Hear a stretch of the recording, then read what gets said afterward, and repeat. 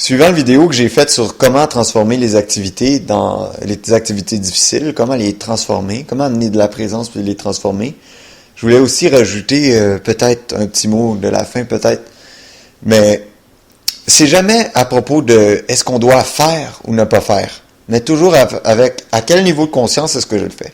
Est-ce que je le fais à un niveau de conscience où je considère l'autre comme une personne séparée de moi, et puis c'est que cette personne-là a des qualités mauvaises et des bonnes qualités. Est-ce que je le rencontre à ce niveau-là? Est-ce que je rencontre les événements de manière à ce qu'il puisse être un ennemi ou un ami? Ou bien est-ce que je rencontre cette personne-là comme une présence, comme la présence divine déguisée? Ça change toute la manière d'agir. C'est pas tant et autant de ne pas agir. C'est pas de s'asseoir sur son divan et d'asseoir sur son sofa puis de ne rien faire de sa vie. C'est de faire tout, mais en crucifiant, on pourrait dire, le petit moi qui veut s'emparer, qui veut catégoriser, qui veut juger de du positif ou du négatif d'une personne. Il faut, c'est toujours une manière de ça. C'est pas vraiment la question de est-ce que je dois bouger ou pas. C'est jamais par rapport à est-ce que je dois bouger physiquement, faire une activité ou non. On doit faire toutes les activités que ça nous tente.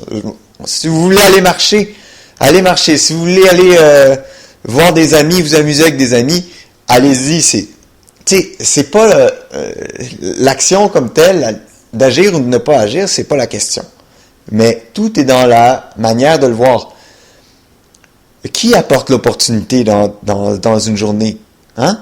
Que ce soit un ami qui arrive, qui veut vous voir, il faut aussi le voir à travers les yeux spirituels, que c'est la conscience qui vous offre une opportunité de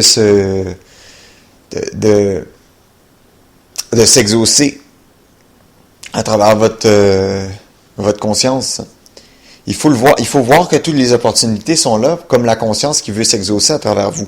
Et vous devez répondre oui à ces opportunités-là. OK? Malgré les apparences, il faut aller au-delà des apparences. À travers ça, vous allez voir que toutes vos actions vont vous remplir là contrairement à rester assis puis se sentir mort. Vous allez faire les actions les actions d'une manière qui vont vous sembler qui vont pas tout le temps vous sur un niveau perceptuel mental là, qui vont pas tout le temps vous paraître invitantes, mais au niveau spirituel vont toujours finir par vous apporter plus de joie, plus de liberté à l'intérieur de vous.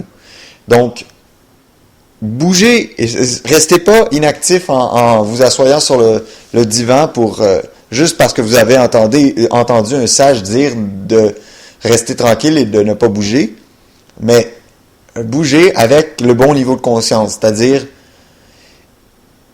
soyez un avec la volonté de l'univers, de se mouvoir, d'aller d'un point A au point B. Laissez-vous aller aux invitations qui se produisent chaque jour, qu'importe les apparences de ces invitations-là.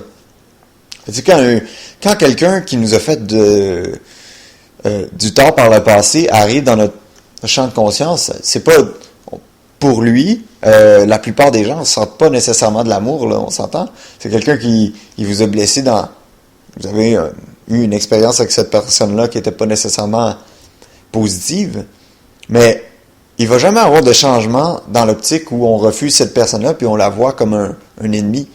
C'est quand on change de niveau de conscience que quelque chose de nouveau peut arriver pour lui et pour vous. Ça ne veut pas dire qu'il faut être deux grands amis, il faut s'aimer. Je veux dire, il n'y a pas moyen de se faire ami avec un serpent à sonnette, on s'entend? Mais il y a une espèce de respect qui va se produire quand vous rencontrez les événements avec leur vrai visage. Il y a une espèce de respect profond qui va se produire qui va produire un effet qui est très différent de la réaction égoïque du passé, qui qui est en relation avec cette personne-là.